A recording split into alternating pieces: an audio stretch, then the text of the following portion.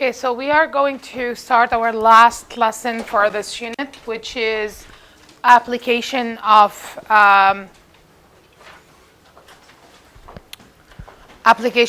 algebraic function.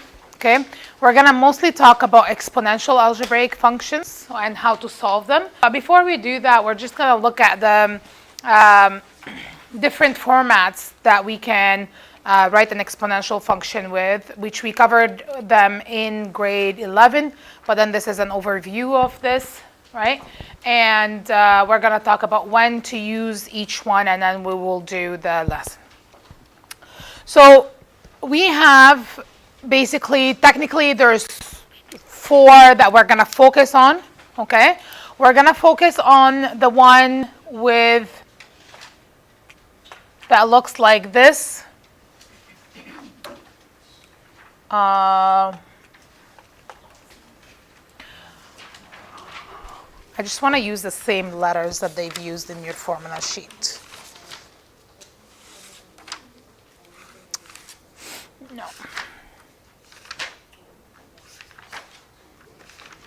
Okay. I'll use whatever then.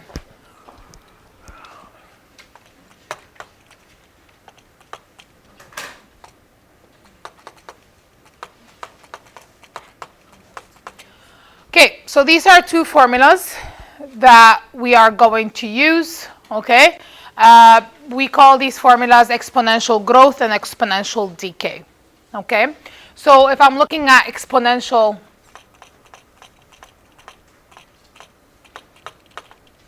growth, I'll use this formula, the first one, the 1 plus I. And then if I'm looking at the second formula, it's the exponential decay. When do I use these 2 formulas? When I'm given what? Percentage, right? When I'm giving a percentage. So let's say your car has lost or loses 20% of its value every year, right? It's giving you that percentage loss, right? So the I is 20%, which is 0.2. You're going to use the second one because it's an exponential decay. You're losing, it's 1 minus the 0.2. Okay? So I use this one, they give me percentage rate. So this is what I have the given rate in percent. Okay? I use the first one when I have growth. I use the second one when I have decay. What does A represent? Initial value. So let's say if you buy a car for $20,000, right? The initial value of your car is $20,000. Your car depreciates by the value depreciate by 20% each year, right? So your rate is 0.2. Does that make sense? All right. So A is the initial value, Y is your final value.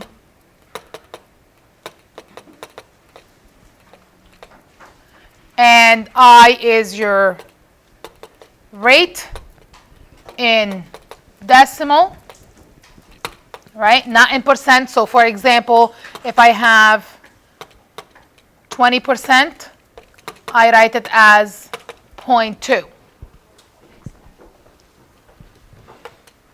And X is the period, how long, right? Which is usually time. Does that make sense? Now, some formulas uses exactly the same formula but uses different letters. So instead of A, they use P. Instead of I, they use, I don't know, R. Instead of X, they use T. It's at the end of the day, it's the same format, right? So if you see it differently, if you see, for example, A equals P1 plus I to the power of T, that's not any different than this one. Right? They just use different letters to represent the things. Still, P is your initial value. You still have I as your rate. You still have T as your time, right? And A is your final value. Okay? So it depends on what letters they use. It just means the same thing. Are we okay with these? So we use these 2 formulas when we have a rate given to us. The other two formulas that we usually get are the ones with doubling life or half-life, right? So these are already preset for us, the values, the base values. So the formulas for doubling or half, so I'm going to start with doubling. So I have y equals, again, I can use different values, but I'm going to use a, and then it's going to be 2 to the power of t over d. So you see now your power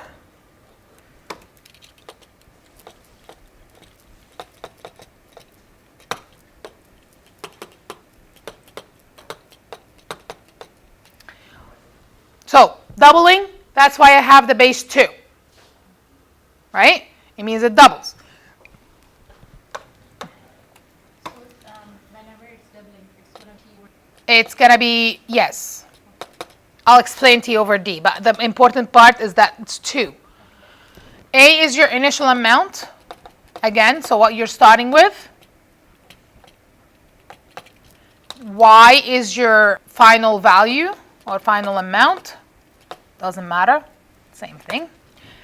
2 is because it's doubling. T is the time that you're looking at. So let's say if you have bacteria growing, doubling at a rate of doubling every 5 hours. Okay? How many bacteria? You start with 1,000 bacteria. How many bacteria do you have after 10 hours? Right? So I'm looking at how many bacteria I have after 10 hours. T represents 10. Okay? D is your doubling time. D doesn't change in that specific question, right? So in that question, it says that your bacteria doubles every 5 hours. So that's your doubling time. So D is 5. Right? So D is your doubling time. How long does it take for your population to double? Okay? So D is your doubling time.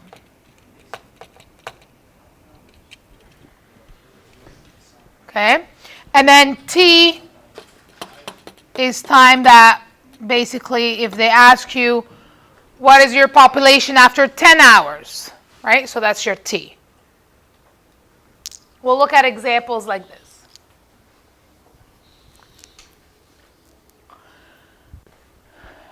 Your half-life looks similar to this, except what would be your base for the half-life? What would be your base for your half-life? 1 over 2 or 0.5, right? It's either you can write it as 1 over 2 or you can write it as 0.5. And then T over H, we're just going to call it H just so we recognize its half-life time, right? So again, same thing. A is your initial amount.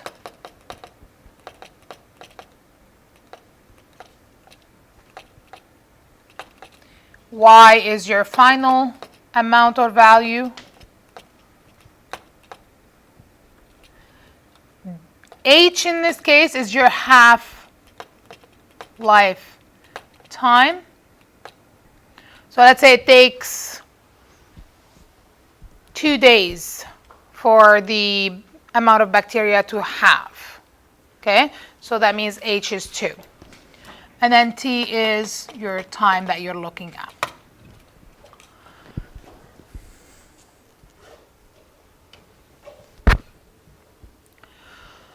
So it depends on the type of question you have. You're going to pick one of these equations. Now, the half-life, is it exponential growth or exponential decay? Decay. The doubling is exponential growth, right?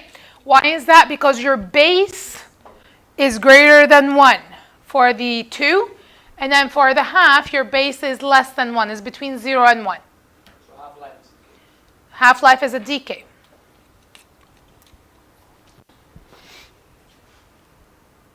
Are we okay with this? Do we understand the difference between all four?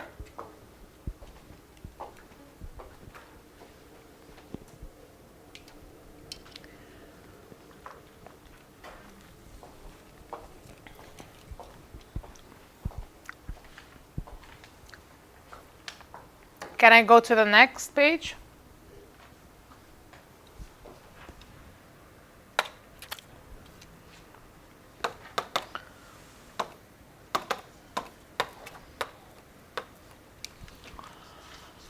All right, so exponential relations are modeled by the exponential equation y equals. At the end of the day, I'm going to end up with something that looks like this, right? Even if I start with y equals a1 plus I to the power of x, right? I know what I and a are, what 1 plus I is, because I is my rate, right? 1 plus my rate is going to give me a base b.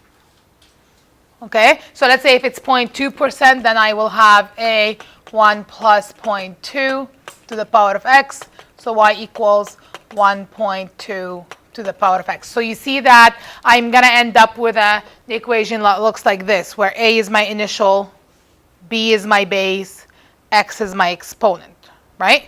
A is my initial, 1.2 is my base, x is my exponent. What did we say a is? The initial value. B is we call it the exponential rate, and growth rate, growth or decay rate.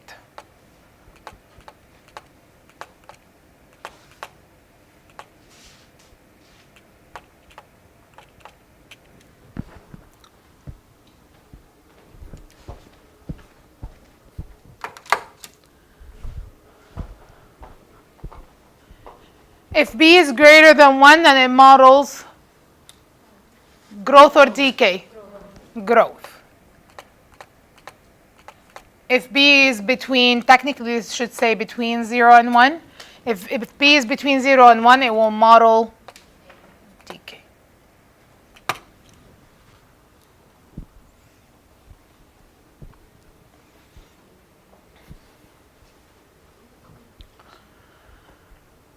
So a city's population can be modeled by the equation P equals 1.4 times 1.0415 to the power of T, where P represents the population in millions T years after 1985.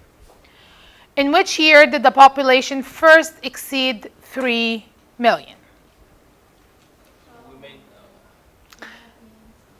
So let's first look at what my question is, or what my equation represents. So I have P equals 1.4 times 1.0415 to the power of T. Is it exponential growth or exponential decay? Growth, because your base is greater than 1, or it's a growth rate. And what's your initial population? 1.4 what? Million.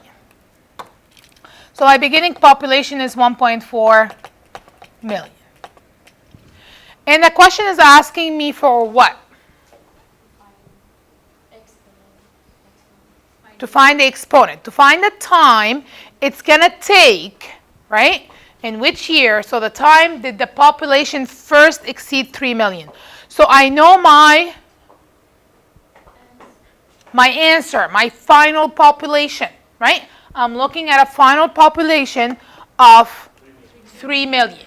Okay, so my ending population is 3 million.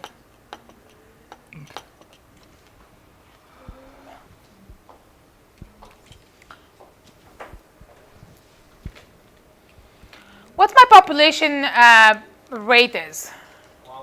Actually, I'm going to call this growth or decay factor, not rate. Okay, guys, I need you to make a change here. This is actually should be called growth or decay factor. They mean two different things, okay? So if I'm looking at the rate, that means I'm looking at the percentage that my population growing at. How can I find that? Minus 1. Minus 1 first, because it's something plus 1. Yeah. Okay, so remember that your equation is y equal a 1 plus I to the power of t or to the power of x or whatever you want to call it, right? So the 1 plus I is equal to 1.0415, yes? I am looking for I. The question is asking me for the rate. That means it's asking me for the percent. Okay? So in order for me to find the I just have to do 1 plus I equals to 1.0415, right? So in order for me to solve for I just bring the 1 over, so it becomes I equals 1.0415. Take away 1, so that's going to be 0.0415. And then times 100 to find it in percentage. So that means my population increases by 4.15% each year.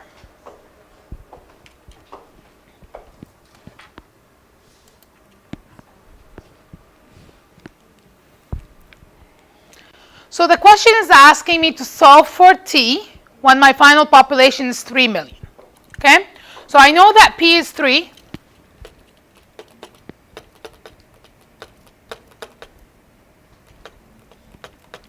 And I'm solving for t. What do you guys want me to do here? Isolate for t? Okay, so how would I do that? First take 1.4. So bring 1.4 over, what does it do? Divide. So I have 3 divided by 1.4.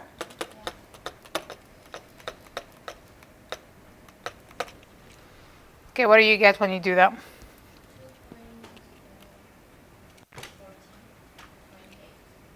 2.14.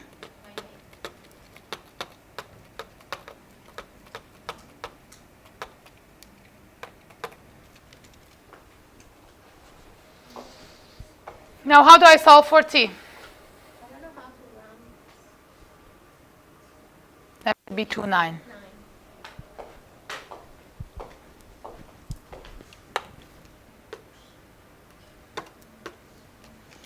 How would you solve for that t? I know the shortcut, but I don't know. You know the shortcut? What's the shortcut? I would Square root of t. no, not I would, the exponential on this side, I would start with 1, 2, 3, 4. And as soon as I hit 1.04, I would stop. so divide by 1.0. No. You're not multiplying to divide. No. Okay, you're saying that you want to raise this to the 1, 2, 3? No, this one. You raise this one to 1, 2, 3, 4. So basically we're saying guess and check, right? So you're going to plug in values for t until you get the answer. This is the way that they teach you to do it in this course, okay? Which we call guess and check. We're going to do that for this question, but I'm going to teach you a shortcut for the next questions, okay? So anytime you're solving for the exponent, in this case, we're going to use trial and error or guess and check, okay, to solve the answer. Now, if you plug in 1, 2, and 3, you're going to get answers that are still low, right? So try it. Do 1.0415 to the power of 2. What are you going to get? Something less than 1, 3, I'm getting 1.12. So it's still low. Can you just, instead of plugging the small numbers, can you start plugging like bigger numbers? So what do you want to start with? 5. 5? Okay, start with 5. What do you get? 1.225. So that's still pretty low, right? 1.225. Okay. 10. 10. Okay, plug 10 and tell me what you get.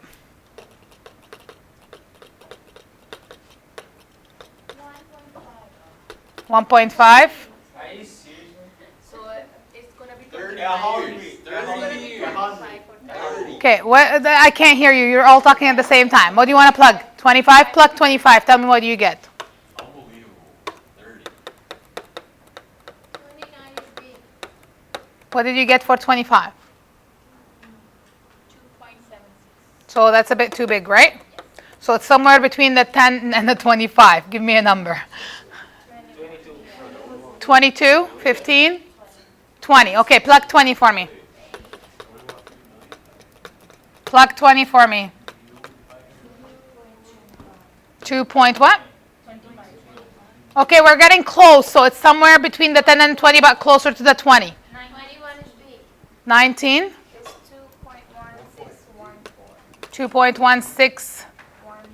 2.1614. That's for 19. Can you plug 18 for me? 2.079. So that's for 18, 2.079. Okay, so it's somewhere between the 18th and the 19th year that it's going to go to 3 million. Because I'm exceeding the 3 million, I'm looking for exceeding the 3 million, I can't use the 18. Because if I use the 18, I still haven't exceeded the 3 million. Okay? To exceed the 3 million, that means I have to use 19. Okay? So after 19 years, 18.5, can we use 19? Yes. How about 18.25? Okay, so that means, right? That means the population will exceed 3 million after 19 years. Now, you're confused? We need another way. Yeah, that's Exactly. Yeah. Exactly. Well, you can't use 20. I think it has to do something Wait. with. Okay, wait. Yes, What does A represent?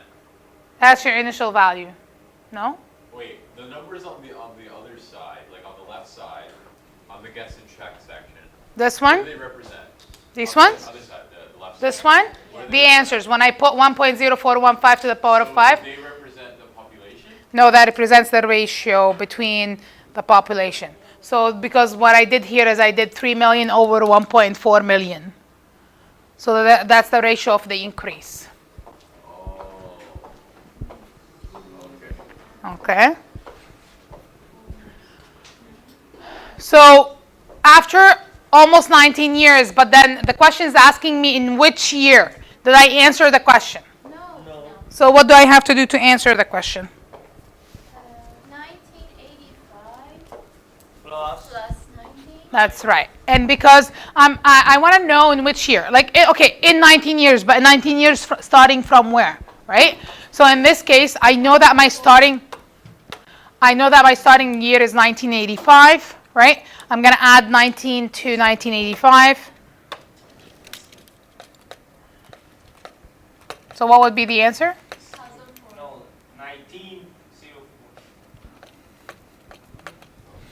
Yes, 2004.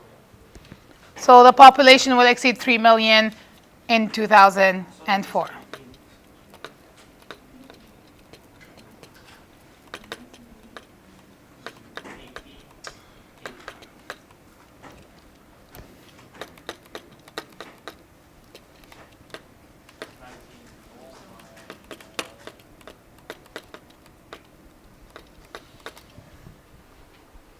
That's assuming that your rate is going to stay the same, right? And it's not going to change.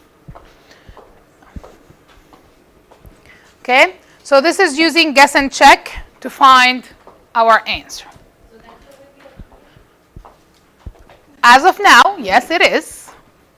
As I said, there is a way to solve for that exponent without doing guess and check. It's not part of your curriculum, but I will teach it to you just so to save your sanity.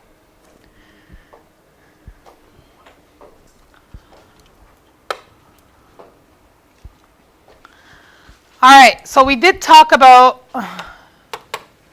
these two equations, right? We talked about the doubling time and the half-life. And basically, they use the different letters here, right? Does it matter if I use Y instead of A? Does it matter if I use A instead of A naught? Right? It's the same thing that we just talked about, right? I mean, it doesn't matter which way you write it as long as it's the correct way, all right?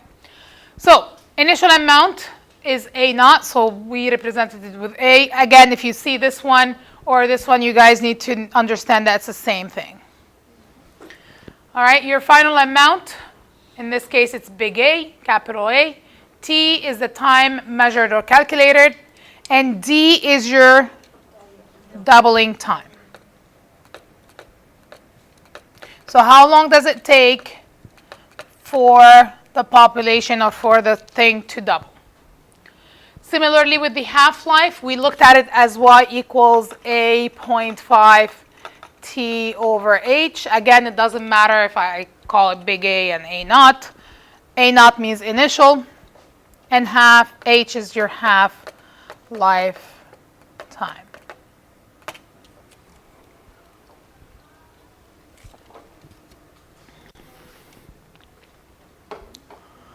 All right. You know that for every equation or for every operation, we have an opposite operation in math, right? There's always a counter operation. So the opposite of square is square root. The opposite of plus is minus. The opposite of cube is cube root, right? The opposite of cube root is cube, right?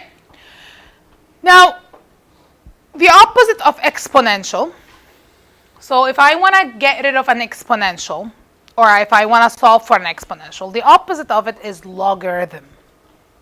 So you see that lovely log on your calculator? I know that. That's too complicated. Right? The opposite of exponential is log. Okay? So in order for you to solve for, there's a reason why we get to this. You take advanced function and you'll know why. Okay? I'm not going to explain the whole process. But what I need you to know, if you're solving for x instead of doing guess and check, you can do the log of y over log of the base equals to your exponent. Okay? So if I go back to my question earlier, which I had 2.2147 equals to 1.0415 to the power of t, right? In order for me to solve for t, I have to do log of 2.147 over log of 1.40415. Do that on the calculator for me.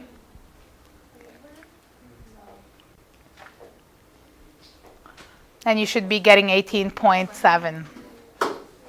Right? So instead of doing the guess and check and then trying all the different answers, this should give you the exact. 18 years and 7 months. No, 18.7 is not 7 months. Because there's no 10 months in the year. There's 12 months in the year, no? No, it's a little bit more. Okay? So, again, this is not part of your curriculum. You don't have to use it. You can do guess and check. But if you're solving for an exponent and you would like to use it, please feel free to. We are not taking logarithm. No. No. But if you take MCT for C, you take log. Thank God, I don't take that. Okay, just so you guys understand, log is the opposite of exponential. It's the opposite operation. Okay? All right, so using logarithm, all right, how can I solve for this exponent? What do I do?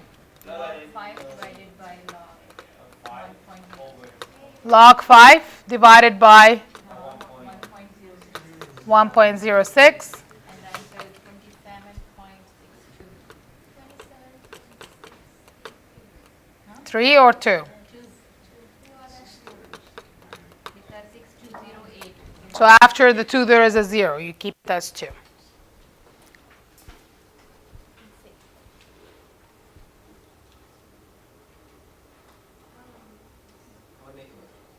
part that I hate the most about that is the functions of logarithm. What I hate about logarithm is graphing transformation of logarithm. They're not fun. Okay, how would I solve the second one? Find the answer that's 25. times 25. Too many people talking at the same time. 25 over logarithm of 0.97 equals to 2x.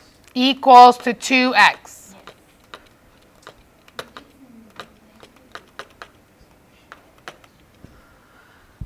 So, something that you guys need to remember, you need to know is that if you're taking a log of a decimal that's between 0 and 1, your answer is going to be negative. So log of point something, 0 point something, that's going to be negative. So your answer here is going to be negative? What is it? Negative? 105.68. And then you divide it by 2. And because that's equal to 2x, right, I still have to solve for x, so I have to divide by 2. 52.84.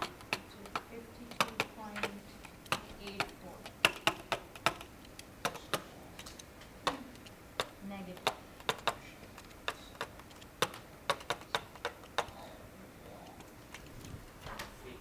Do we have log inverse? What? Yes. There's some weird. Yeah. This is log inverse like this one. Yeah, the exponential is log inverse. Wow.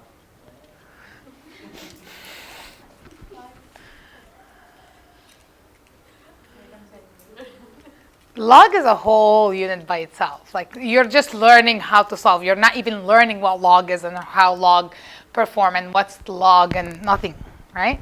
So if I want to find the exponent here, what do I do? Log 120 over log 0.97, which equals to x over 3. What's the answer here?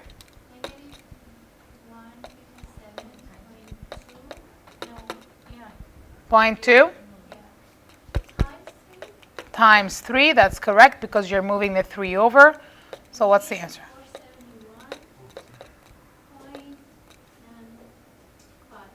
53.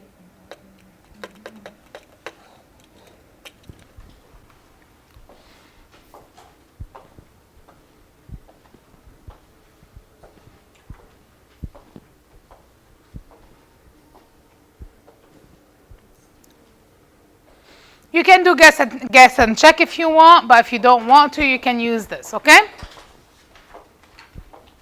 It's easier than to guess and check. We need a whole page.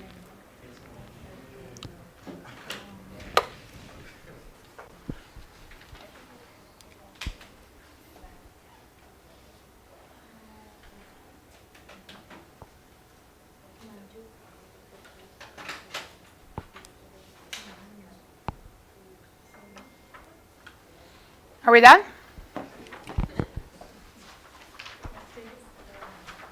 No, we're not.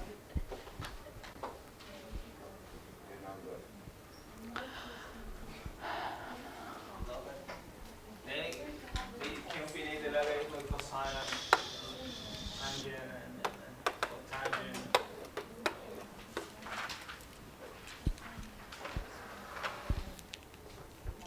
Okay.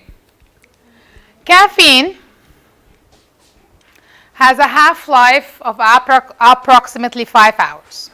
Suppose you drink a cup of coffee that contains 200 milligrams of caffeine. I never get rid of the caffeine in my body because I'm always drinking coffee. 200 milligrams of caffeine. How long will it take until there is less than 10 milligrams of caffeine left in your bloodstream? Do you? I know.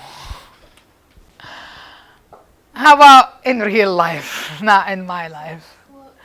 Let's set up the equation first. So, let's read this. What do I know? Y is equal to 200. No. Y is equal to Okay. 10 and Guys, listen to my thoughts right now, not to yours. Number one, it's half-life equation. right? So I know that I'm going to start writing my half-life equation first. So that's y equals a 0.5 to the power of t over h. Always start with your equation, okay? Whatever you pick, a equals a naught or y equals a, doesn't matter to me. Now, I know that this is, the half-life of caffeine is 5 hours. So what letter does this represent? H. Good, so that represents H. Enthusiastic, aren't they? Suppose you drink a cup of coffee that contains 200 milligrams. What does this represent? A. So that's my initial. How long will it take until there is less than 10 milligrams of caffeine left in your bloodstream? So what does this represent? Y. That's your final answer, and you're looking for T. So you're looking for T because you're looking for how long will it take. So let's plug in the information. I know that Y is 10. A is 200. 0.5 T over 5. You see, guys, I read the question the first time. I tried to understand it. Then I went over it again. I started with my original equation. Then I decided what each number represents in my equation. Now, I know I'm solving for T. What's my first step? 10 divided by 2. So always, your first step is to get rid of that 200. Do you know what's the most common mistake that I see? That please don't do? Is people multiplying the 200 by the 0.5. No. Right? 200 is not to the power of t over 5, so I can't do that. So what's 10 over 200? 0.0.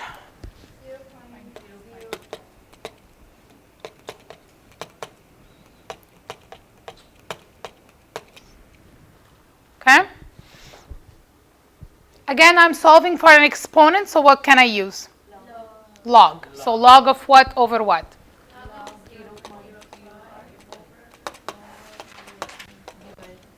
You like the log now, don't you? Can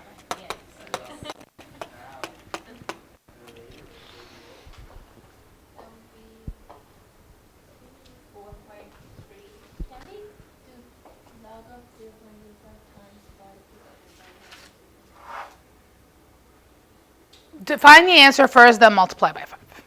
So what do you get when you find the answer here? 4.32. How many decimals we have to put? 32. I think 2 decimal places is more than enough. Then this times Then I have to multiply by 5. 21.61. So that's 21.6 hours. Right? So how many minutes is that? How many minutes? 21 hours and 67. 22 hours. 22 hours, yes. It is 22 hours, point 1. Stop it. So how many minutes in 1 hour? 60. Okay, so in 1 hour you have 60 minutes. We're looking at a 0.6 of an hour. so that's 60 minutes. What's 0.6 times 60? 129.626. What's 0.6 times 60? 36. So that's 36 minutes. No? So that's 21 hours and 36 minutes. Okay? So if you drink a cup of coffee that has 200 milligrams of caffeine, it takes you 21 hours and 36 minutes to go down to 10 milligrams of caffeine in your body. Yeah, my body has like thousands of milligrams. So it takes 21 hours and 36 minutes for the caffeine to be reduced to 10 milligrams.